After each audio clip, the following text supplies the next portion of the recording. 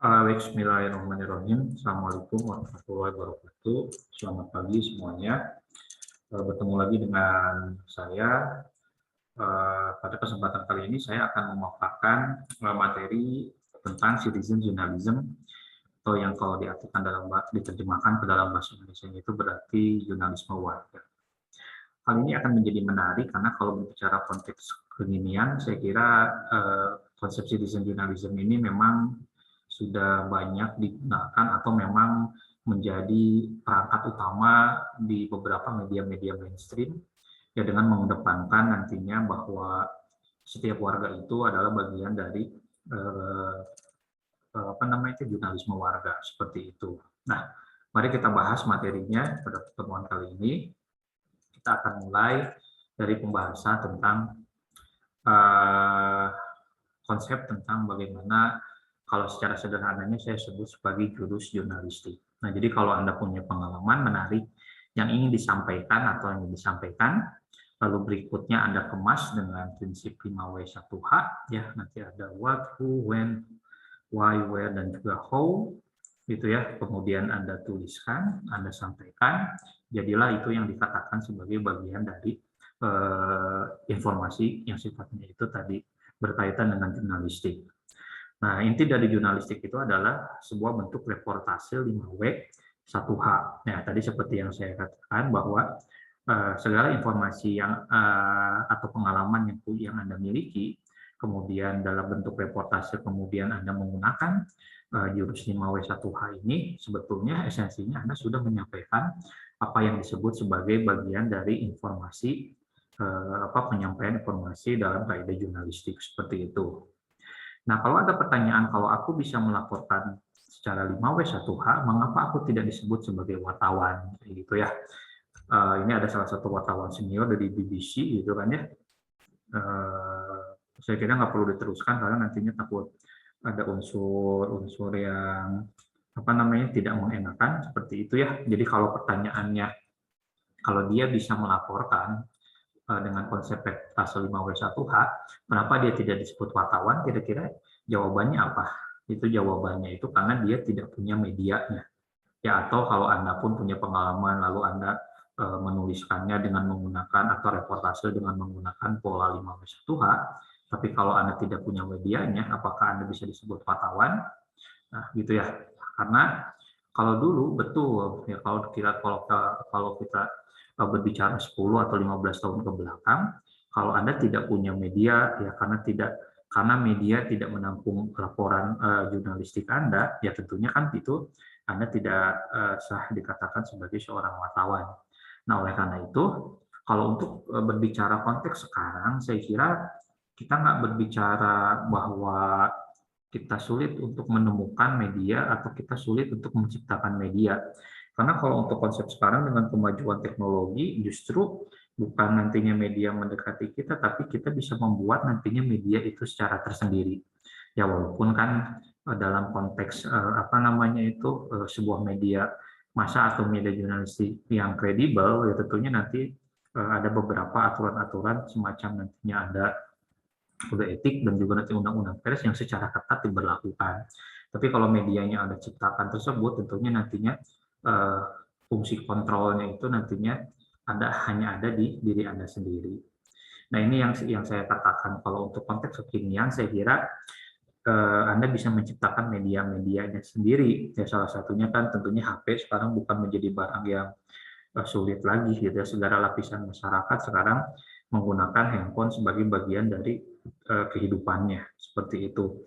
Dan juga kalau kita berbicara tentang bagaimana kemajuan teknologi dalam bidang handphone, itu kan semakin kini makin makin maju ya. Setidak-tidaknya perangkat-perangkat yang dibutuhkan oleh seorang wartawan yang pada saat itu biasanya selalu identik dengan note, ya, lalu ada foto, lalu ada perekam suara, sebetulnya sekarang udah muncul juga, gitu kan ya, sebagai sebuah paket di handphone kekinian itu. Ketiganya itu akan selalu ada menjadi bagian yang memang dijual dalam produk-produknya, seperti itu. Juga kalau kita mau beranjak juga pada perkembangan internet ya, dengan seperti jauh ini, nah Anda pun nanti bisa menciptakan untuk media-media untuk ada publikasi itu salah satunya itu menggunakan nantinya blog.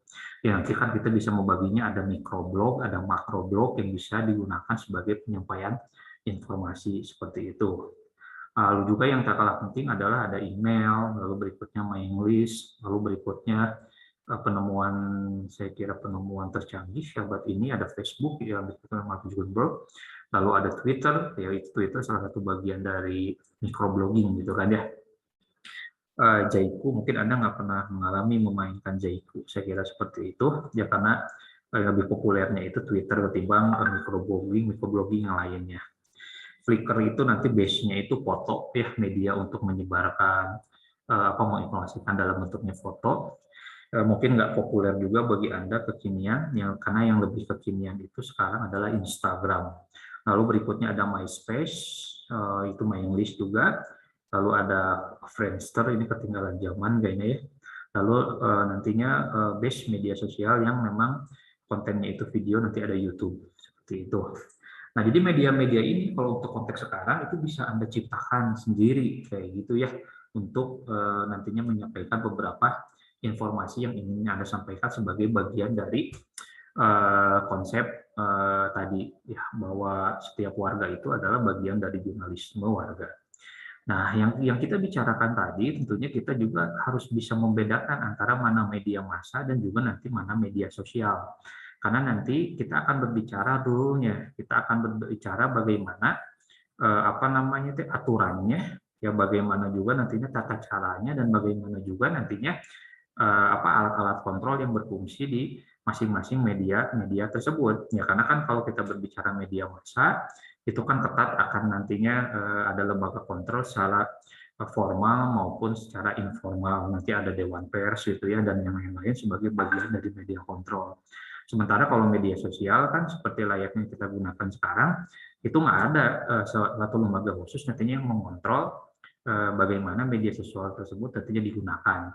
Hanya saja kalau untuk konteks sekarang, tentunya kita akan berbicara atau kita banyak diperlihatkan bagaimana nantinya penyalahgunaan dalam kerangka media sosial itu bisa dijerat dengan undang-undang ITE gitu kan ya, walaupun itu nanti pasal karet karena masih banyak yang nantinya bisa dipermasalahkan atau debatable seperti itu. Nah, dalam konsep media morfosisnya juga nanti kita bisa melihat bahwa dalam konsep media morfosis kita bisa melihat di sebelah kiri dan sebelah kanan itu nantinya kita akan beberapa hal nantinya yang dibedakan. Contohnya kalau dalam konteks jurnalisme itu kan ya, itu nanti menciptakan apa yang disebut dengan konsep jurnalisme baru, yaitu nanti muncullah sebuah konsep gagasan citizen journalism yang nantinya mengatakan bahwa ya setiap orang itu adalah reporter, setiap orang itu adalah media. Nah, itu pun nantinya menjadi kesimpulan bagi konteks media morfosis dari sebuah perkembangan internet. Ya bahwa nanti internet itu bisa menghasilkan beberapa produk-produknya seperti misalkan ada email, blog, Friendster dan yang lain-lain yang tadi sudah saya sebutkan yang bisa kita gunakan dan nantinya akan membentuk sebuah era yang dimana disebut sebagai era digital ya atau masyarakat digital. Nah, kedua hal tersebut nantinya bisa dipadu-padankan seiring selaras bahwa dengan konsep setiap orang itu adalah reporter, setiap orang itu adalah media. Jadi dalam artian kekinian bahwa antara media massa dan media sosial itu nantinya seiring selaras dalam menyebarkan informasi, tentunya informasi yang dapat dipertanggungjawabkan. Tentunya kita bisa lihat juga kekinian bahwa beberapa platform-platform media jurnalisme online itu sekarang itu banyak nantinya memanfaatkan media-media sosial untuk menyebarkan berita-beritanya. Walaupun nantinya kan konsepnya itu seperti tautan, jadi media sosial itu nantinya untuk menyebarkan informasinya karena dirasa memang dalam konteks masyarakat di era digital ini masyarakat lebih cepat nantinya mengakses media sosial ketimbang media massa yang base-nya itu sekarang sudah beranjak kepada dunia di mediumnya itu secara online. Nah, dari situlah kemudian media-media mainstream dalam hal ini media massa coba nantinya menggunakan media-media sosial tersebut untuk tempat sebagai tautan untuk menyampaikan informasi. Walaupun secara berita utuhnya itu nanti tautan-tautan dalam media sosialnya itu nantinya merujuknya kepada portal-portal media-media massa yang secara online. Apakah hal itu bisa berterima? Ya tampaknya kalau kita melihat konteks kekinian, kejadiannya memang seperti itu, gitu kan ya.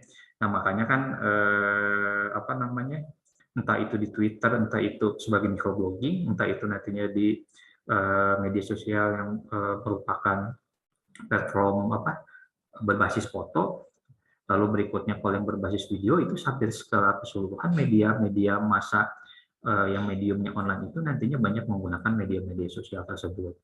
Nah, dalam konsep inilah kemudian berkembanglah apa yang disebut sebagai nantinya setiap orang itu adalah citizen journalism, setiap orang itu adalah media, ya setidak-tidaknya media bagi dirinya sendiri atau dalam lingkungan yang terbatas. Nah, maka setiap orang itu adalah reporter, setiap orang itu media, jadi setiap orang itu dengan perangkat-perangkat media yang dia ada, yang dia gunakan atau yang dia punya, itu sudah jadi barang, itu sudah menjadi bagian yang apa namanya itu dalam konsep citizen journalism itu, itulah yang sebetulnya dibutuhkan dalam konteks kekinian. Misalkan kalau kita misalkan ada peristiwa kebakaran seperti yang dicontohkan dalam gambar ini, ada kalanya media sosial itu lebih cepat menginformasikan ketimbang nantinya media massa. Nah, biasanya itu tersebar di media sosial terlebih dahulu, lalu berikutnya wartawan dalam konteks media massa ini kemudian terjun ke lapangan dengan menggunakan jurus 5W1H, wawancara dan lain-lain seperti itu, kemudian menjadi berita. Nah, dalam konsep ini tidak ada yang salah, saya kira, karena mau tidak mau kemajuan teknologi itu menuntut serba cepat, ya dan lain seperti itu. Sementara kalau dalam konsep media massa tidak serta-merta nantinya serba cepat saja, tapi tentunya nantinya ada beberapa rule yang salah satunya itu kan sebelum berita itu naik cetak harus nantinya dibaca dulu oleh editor, lalu kalau nanti oleh editornya fix, lalu diangkat menjadi naik menjadi berita, baru berita itu bisa disebarkan. Nah, jadi tanggung jawabnya itu jelas. Jadi ada runutan berkaitan dengan sistem, kalau kita pakai istilah sistem komandonya itu jelas. Sementara kalau media sosial itu kan hanya bertanggung jawab kepada si penggunanya saja. Seperti itu yang nantinya kalau misalkan ada permasalahan, yang nanti akan dituntut itu adalah yang pemiliknya, pemilik akunnya atau pemilik media tersebut. Nah, saya kira itu plus minus dari apa yang kita katakan sebagai apa namanya kekuatan media sosial gitu kan ya, yang nantinya harus tidak perlu kita perdebatkan atau kita usik berkaitan dengan mana yang lebih baik antara media sosial dengan media massa sebagai penyampai informasi kepada masyarakat. Nah, dalam konteks kekinian, itulah keunggulan media sosial.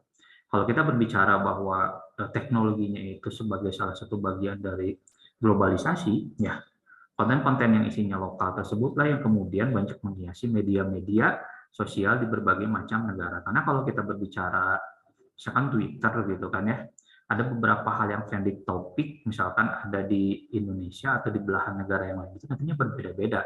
Nah, tergantung bagaimana nantinya topik apa yang sebetulnya banyak dibicarakan. Ya, teknologinya sama, mau menggunakan Twitter di sana, Twitter di sini, kecuali kalau di Cina mungkin ya, karena ada beberapa apa namanya peran negara yang mengontrol penggunaan beberapa media-media sosial yang ada di Cina. Tapi kan kalau secara umum global teknologinya mah sama, Twitter sama di mana-mana, Instagram sama di mana-mana, Facebook sama di mana-mana. Tapi muatan-muatan isinya itu nantinya akan selalu berbicara lokalitas ya, lokalitas pengguna di masing-masing negaranya. Nah, makanya disitulah kemudian kita mengenal sebagai istilah globalisasi gitu kan ya, atau globalization ya, bahwa teknologi is global, content is lokal. Nah, makanya istilahnya itu nantinya globalization seperti itu. Nah, apakah kalau kita berbicara sekarang media massa paling tahu, kembali lagi kepada penjelasan di awal tadi bahwa eh, kalau untuk konteks sekarang kayaknya kalau kita berbicara kecepatan media sosial lebih lebih cepat ya. Tapi kalau kita berbicara kredibel, tepat gitu karena independen dan terpercaya sih tampaknya media massa itu lebih terdepan dalam menyampaikan informasi atau setidak-tidaknya akurat lah gitu kan, karena nantinya melalui beberapa proses yang ketat ya, beda dengan media sosial. Nah, dalam ekosistem media kita bisa melihat bahwa ini ada sebuah perputaran yang kita nanti akan berbicara sebagai sebuah simbiosis mutualisme bahwa nantinya ada masyarakat secara umum, ya, lalu berikutnya dari perbincangan, dari percakapan dan yang lain seperti itu, kemudian diolah gitu kan oleh jurnalis yang jadilah sebuah berita. Baru tadi malam mungkin saya melihat misalkan ada berita, ada sebuah berita infotainment, misalkan ada seorang selebgram yang dia menceritakan tentang dia semalam mimpi bertemu dengan salah satu artis Korea. Ya, kalau pertanyaannya kenapa itu bisa menjadi berita, yang satu sisi kan dia terkenalnya ke media sosial, followernya banyak. Nah, lalu berikutnya media massa mainstream tersebut dia kemudian membuatnya menjadi sebuah berita. Ya, padahal kalau kita telisik secara konten isinya itu kan sebetulnya bukan konten yang penting-penting banget untuk diberitakan, cuman hanya saja karena memang dia selebgram, followernya banyak di Instagram, sehingga apa namanya itu media massa pun melihat bahwa itu bisa dijadikan berita, bukan hanya sekedar nantinya hal-hal yang sifatnya itu yang memang tidak berguna dan lain seperti itu. Ingat prinsipnya bahwa bad news is good news. Ya, terlepas dari itu apakah itu berita buruk, ya nggak tahu juga. Pastinya kan follower-followernya itu mengikuti perkembangan dari idol atau artis yang memang disenanginya seperti itu. Nah, makanya di sinilah kita melihat bahwa ada simbiosis mutualisme antara media massa dan juga dengan media apa namanya media sosial. Saya kira kalau kita berbicara sekarang, faktanya bahwa banyak sebuah media massa mainstream besar, saya kira seperti itu, sekarang itu lebih banyak bukan lebih banyak merekrut jumlah karyawan atau jumlah wartawan. Justru sekarang dengan adanya konsep citizen journalism ini, justru nantinya akan lebih dibanyakan itu adalah koresponden-koresponden di berbagai macam wilayah. Kenapa? Karena kan kalau ibaratnya sebagai sebuah apa namanya sebuah perusahaan, ya tentunya kalau diangkat menjadi karyawan itu nantinya kita harus berbicara gaji, ya pegawai tetap nantinya ada gaji, bonus dan lain seperti itu. Sementara kalau sistemnya itu korespondensi kan seperti pekerja paruh waktu. Kalau dia ada punya berita, menjual berita, kemudian dibayar, udah selesai. Kalau dia tidak koresponden itu nanti tidak ada berita, udah selesai. Nah, makanya kalau dalam konsep media masa untuk konteks kekinian, saya kira yang lebih dikedepankan itu adalah tentang citizen journalism, ya ketimbang nantinya harus mengangkat beberapa karyawan yang nantinya harus digaji dan seperti itu. Nah, mau tidak mau, pada ujung-ujungnya, kalau kita berbicara media massa, kita akan berbicara bagaimana untung dan rugi, karena sebuah perusahaan itu kan orientasinya akan selalu seperti itu. Ya, nah oleh karena itu, yuk mari kita buat berita, ya buat medianya buat media yang memang diperuntukkan untuk mata kuliah ini dari tugas kelompok, dan jangan lupa dari konsep dari materi kali ini kemudian kita belajar konsep bahwa kalau dari kita belajar konsep bahwa Anda itu salah satu merupakan bagian dari media. Anda merupakan bagian dari media dan Anda itu udah otomatis sebagai nantinya reporter dan juga slash nantinya bisa menciptakan medianya sendiri seperti itu. Terima kasih. Saya kira itu yang bisa saya sampaikan pada kesempatan kali ini. Kita bertemu lagi di lain kesempatan di materi selanjutnya. Terima kasih. Assalamualaikum warahmatullahi wabarakatuh.